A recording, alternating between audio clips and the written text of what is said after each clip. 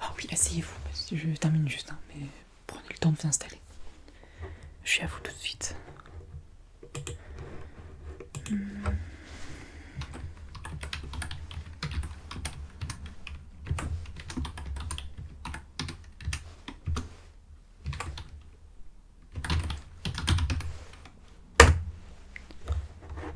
Et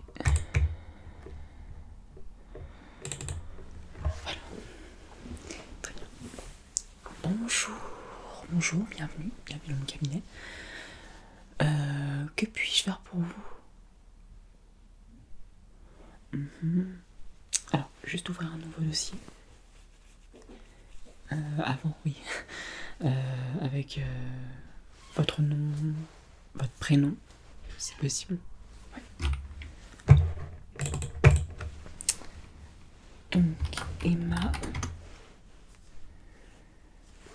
Emma, vous m'avez dit.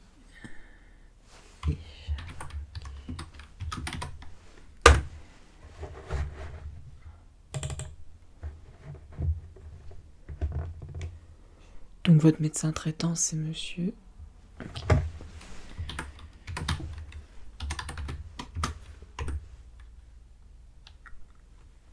Ah, vous voudriez changer de médecin traitant? Oui. D'accord. Alors, on en parlera peut-être à la fin. Je vais d'abord prendre connaissance de ce pourquoi vous venez. Oui, très bien. Donc je vous laisse prendre le temps de détailler ce pourquoi vous êtes venu ici. Je prends des notes. Hein.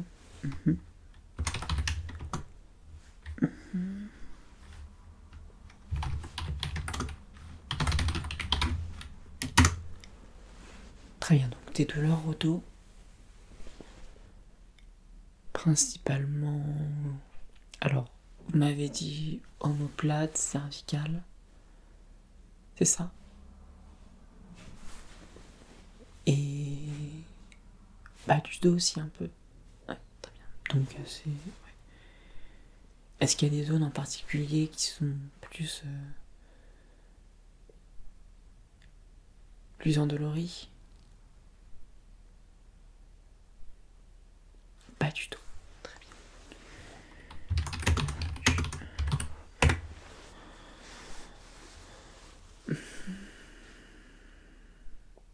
D'accord. Très bien. Donc vous n'avez pas encore vu de médecin à ce sujet-là pour l'instant? Oui. D'accord.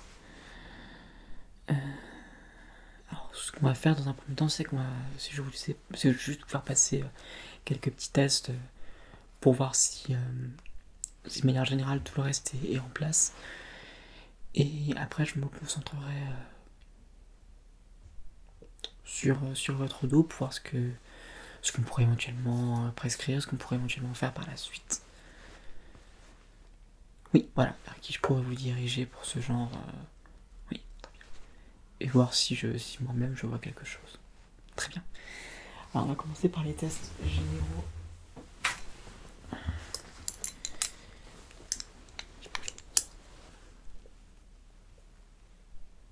Je vais vous demander tout d'abord de respirer naturellement.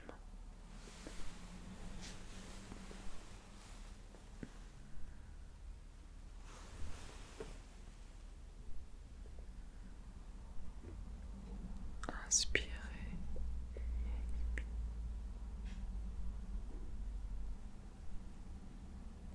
Je vais vous demander maintenant de prendre une plus grande inspiration. Inspirez. Et expirez.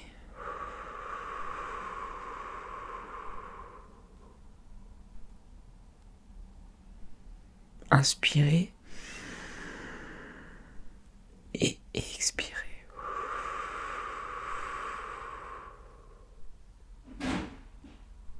Très bien. Rien d'anormal au niveau cardiaque et au niveau respiratoire. Je vais juste vous faire passer quelques petits tests auditifs. Rien de. Voilà. Je vais prendre cette souris par exemple. Vous allez me dire si vous l'entendez de la même manière du côté gauche et du côté droit.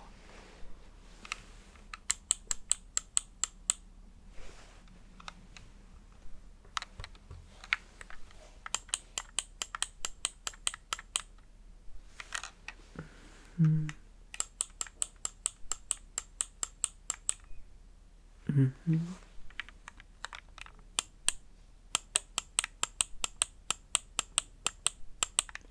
Très bien.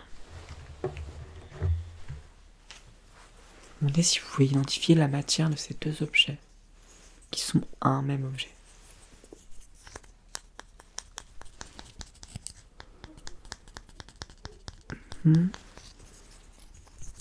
D'accord. Et si je fais comme ça?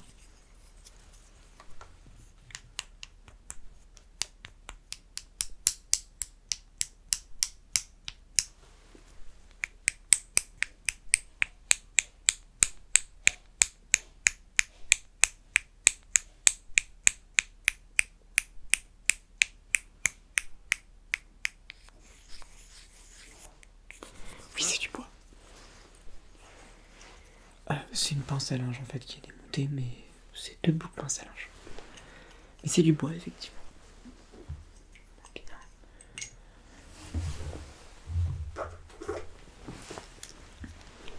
Dernier test, je vais juste me dire de quel côté vous écoutez, vous entendez ce son.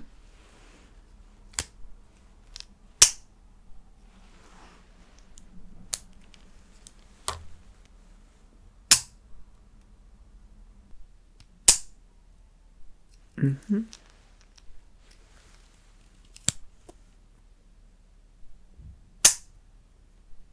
Mhm.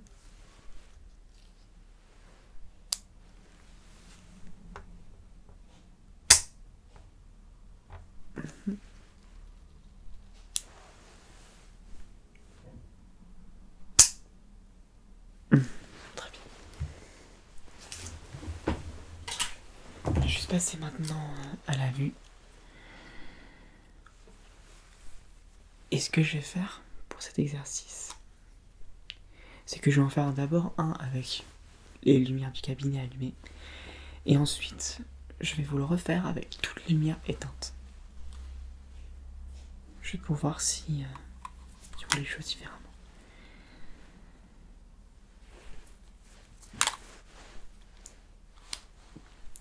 Je vais pour commencer cette lampe.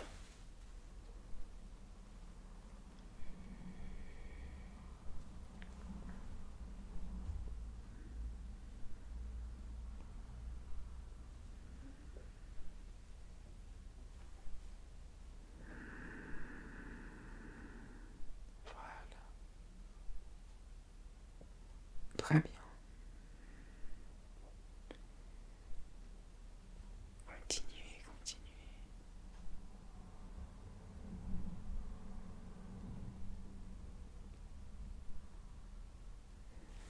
Très bien.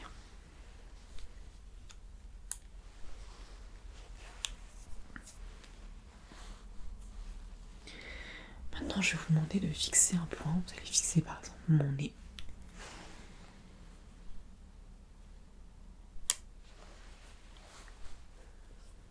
Et je vais vous demander de ne pas faire attention aux lampes qui vont bouger autour de vous.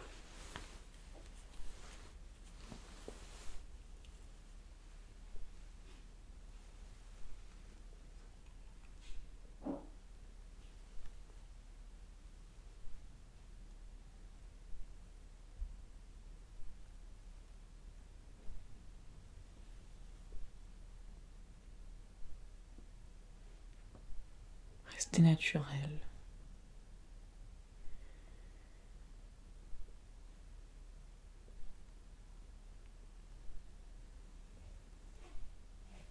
Hmm.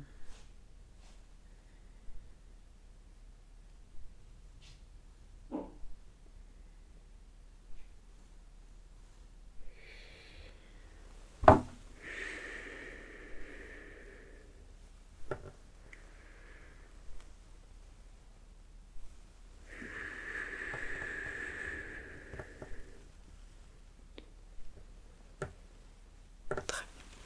En fait, je fais cet exercice-là pour voir à quel point les gens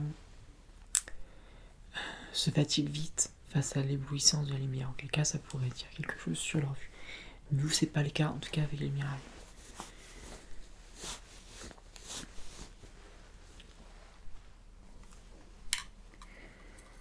Je vais faire le même exercice, mais je vais tout simplement éteindre toutes les lumières du cabinet. À commencer par celle-ci.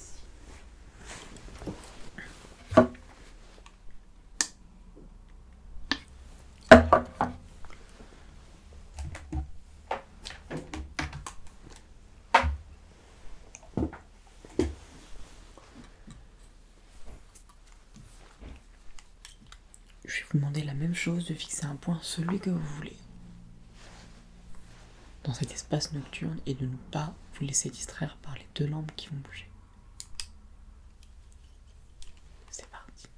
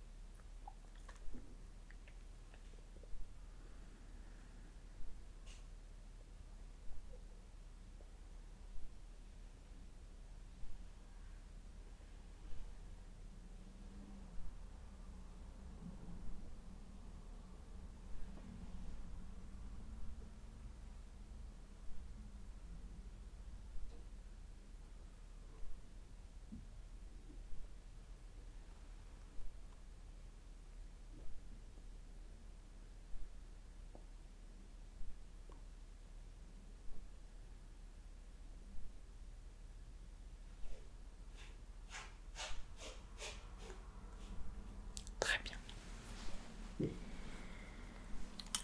Ok. Tout à fait normal. Effectivement, il y a toujours des... Oui. Oui, vous fuyez un peu la lumière, c'est normal. Il y a toujours des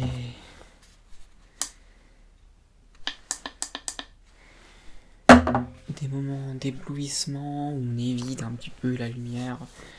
Mais c'est des petits mouvements de yeux que tout le monde a dans cet exercice-là. Alors, je vais juste allumer l'autre lumière.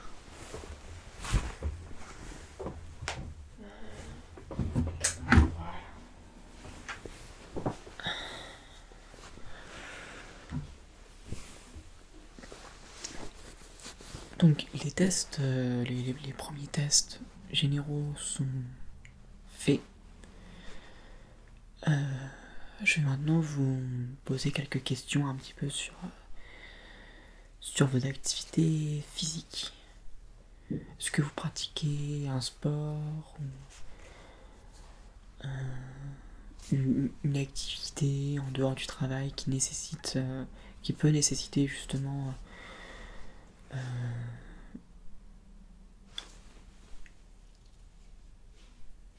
l'utilisation du dos?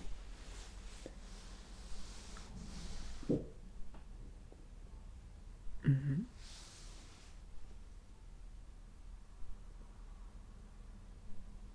Très bien, donc vous faites de la gym, c'est ça?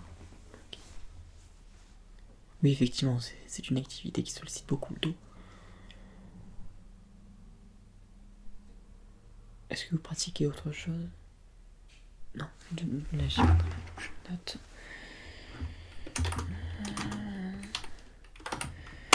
Vous faites ça régulièrement, une fois par semaine, plusieurs fois par semaine peut-être? Une fois par semaine.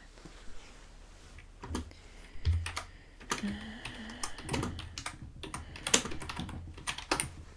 bien. Ah, c'est une bonne activité, la gym.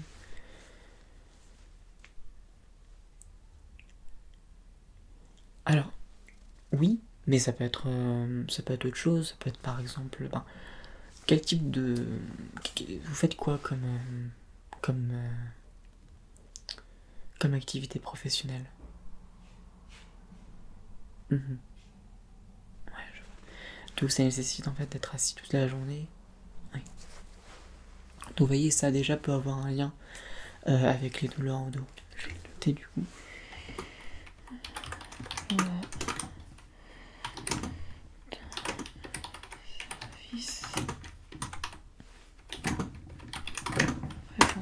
Puis c'est un emploi qui est, je me doute, assez stressant.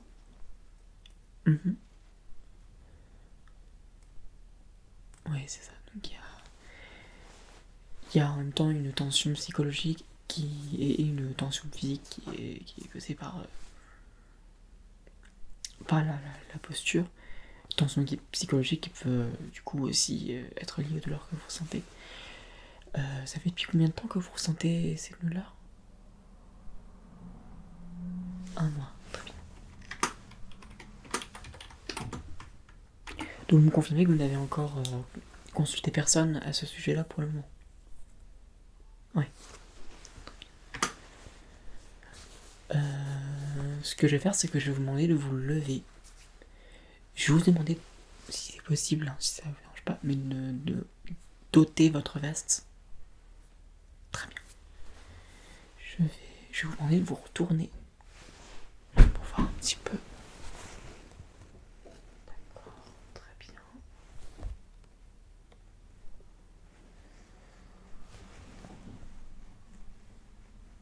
Ouais, effectivement, il y a une cambrure au niveau du bas du dos.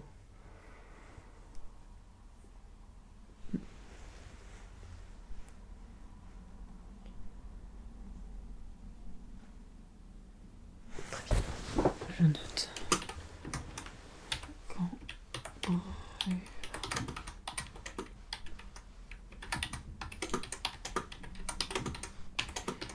Est-ce que ça peut être une gêne justement pendant la pratique de la gymnastique?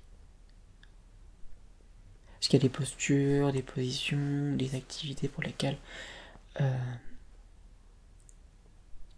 cette cambrure, cette douleur se manifeste? Oui, d'accord.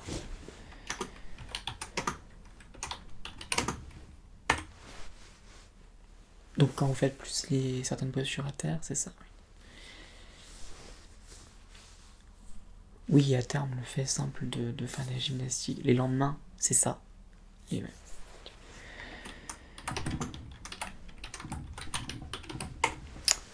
Est-ce que par le passé, vous aviez déjà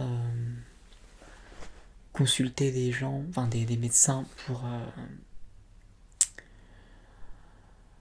des médecins pour justement pour le dos, mais pour autre chose concernant votre dos? Est-ce que vous avez déjà remarqué quelque chose en rapport avec votre dos auparavant, pardon.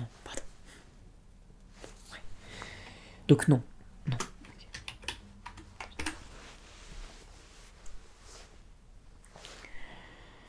Ouais, non, c'est intéressant. Parce que du coup, je pense que pour approfondir un peu ça, il faudra peut-être.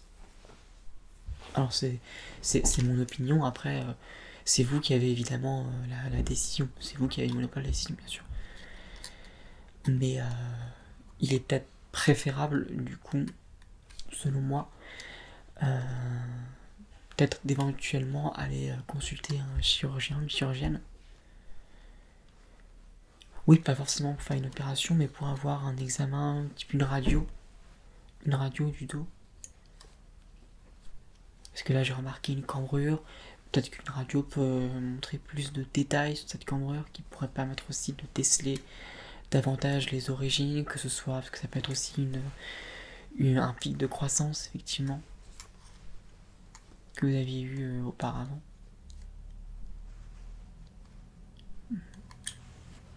Ou, alors, je pense pas que ce soit un pic de croissance à votre âge, mais oui, justement, l'influence à mesure que vous avez, surtout au niveau du travail, qui aurait pu peut-être, au niveau d'autres choses, je sais pas, qui aurait pu peut-être influencer ça. Est-ce que vous avez une hypothèse en particulier? Est-ce que vous aviez déjà eu une hypothèse ou quelque chose? Vous avez déjà pensé à quelque chose qui pourrait avoir un lien justement avec ces douleurs-là?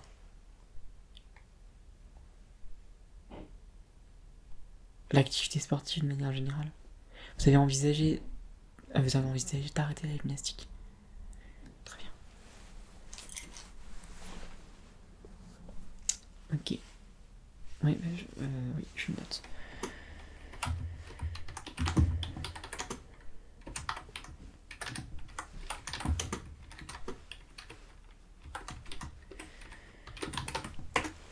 Ce qu'on peut faire, si cela vous convient, c'est que je vous donne le nom de certaines chirurgiennes qui peuvent justement être spécialisées dans le domaine, qui sont spécialisées dans le domaine. Oui, voilà, vous faites une radio, et à la limite, en plus d'aller revoir le chirurgien ou le chirurgienne, vous pouvez revenir me revoir éventuellement pour qu'on puisse analyser ces radios ensemble. Oui, bien sûr, la chirurgienne pourra aussi vous prescrire différentes choses comme des rendez-vous chez le kiné. Alors à votre âge, on met plus de corset, par exemple. Les corsets, c'est plus pour les adolescents qui sont encore en croissance ou les enfants. Mais vous, voilà. Oui. Mais oui, souvent, les chirurgiennes peuvent prescrire des rendez-vous chez le kiné pour ce genre de situation. Ouais. Donc, je vous donne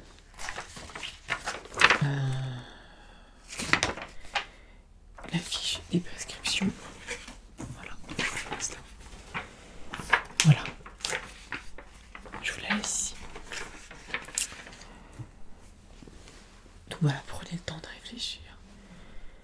Et si vous le souhaitez, n'hésitez pas à revenir vers moi. Et si vous avez fait ce rendez-vous avec un des chirurgiennes que j'ai noté sur votre fiche. Si vous souhaitez qu'on regarde ensemble les radios, qu'on fasse un point. Voilà. Ah oui, et vous vouliez me... Oui, c'est ça. Vous vouliez parler justement de changer de médecin traitant, c'est ça? Très bien. Alors, si vous voulez changer de médecin traitant, il va falloir juste signer un autre papier.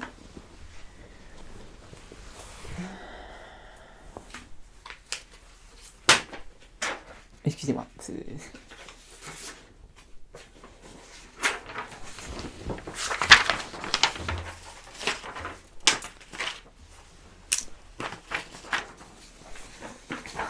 Donc c'est juste un papier spécifique. Donc, voilà, donc, je vais signer. Je vous laisse.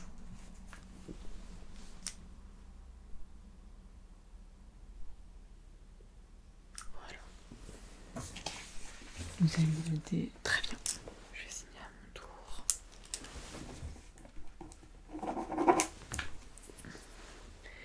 Voilà.